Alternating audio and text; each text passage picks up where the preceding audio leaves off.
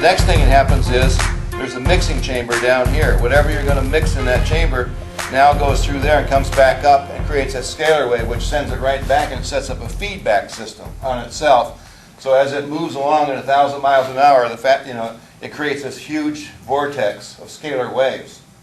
So when you sleep in it at night, the first part of your body is the astral body. So what happens is your astral body is highly subjected to what's going on here. So what goes on here? Well, I used to have a guy named Sam Moskowitz. He used to be my tape man everywhere. He followed me all around the country, audio taping all my lectures and seminars. And one night I asked him, I told him, when we got to the self-help system, he said he put a series of my tapes in the radiator, in the chamber down there, and he said slept in the pyramid, and he said through that whole night, all his dreams, he was attending a lot of my lectures. That was one of the funnier ones. People put pictures. I used to, before I was traveling so much in Hawaii, I used to go over there and take photographs of Hawaii and put them in there. And then, of course, you dream about Hawaii and different islands. People put books in here and absorb the books. And plus, there's all kinds of healing things that take place. So this is a self-help system. Okay, that's what this does. When you add more of these, the most we've ever used on a self-help system is 2. Beyond that, I think it's overkill. I think it's like frying yourself. So that's one application. The next application is using 4 of these. It's called a quad system.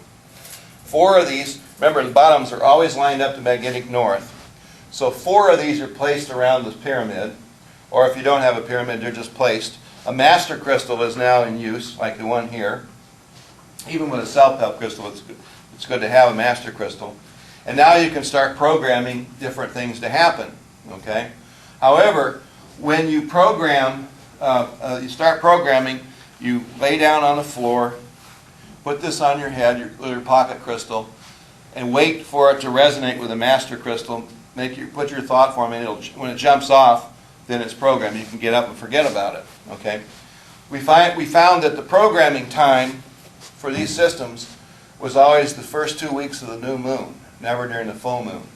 Because what happens is, with the full moon energy is such that it changes the surface tension of the water of the body, and the endocrine system fails to operate with its freedom that it normally has.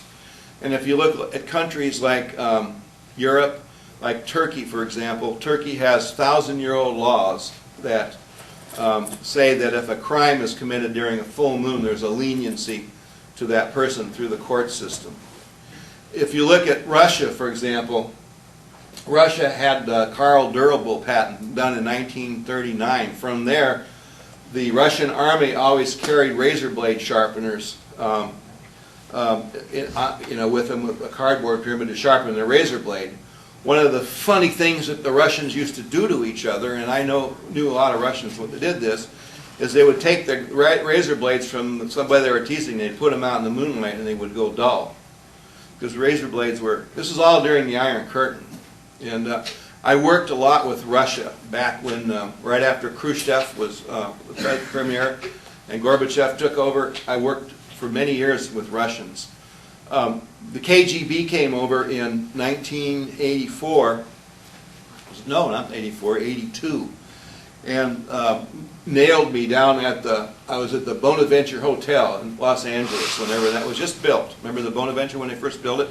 KGB came in and they bought a bunch of star orbs and a whole bunch of my products and took them back to Russia. They took the star orbs down to the Ukraine because they wanted to train their ice skaters for the '84 Olympics using them, because it takes away apprehension. There was 2 reasons why the KGB knew about me. One was that Joseph Amatry from the One World family, based out of Fresno, California, back in those days, was Russian. He was about 6'2". He was also a very well-known contactee from Russia.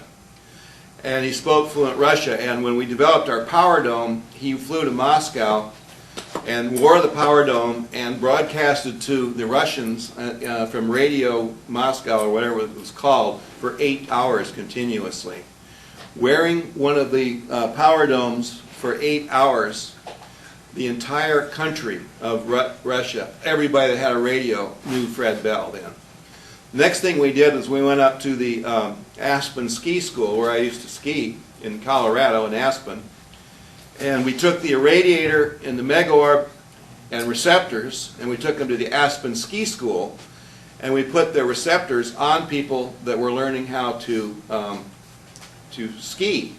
And they found that people going out on the bunny hill in one afternoon could go to the intermediate hill because they didn't fall down. It took away their apprehension. So that's how we ended up in the 1984 Olympics, with our products. Meanwhile, Andre Ulrich, who owns most of Aspen, had climbed Mount Everest, not from base to base camp, but all the way to the top, twice, wearing a nuclear receptor, and he was from the Ukraine.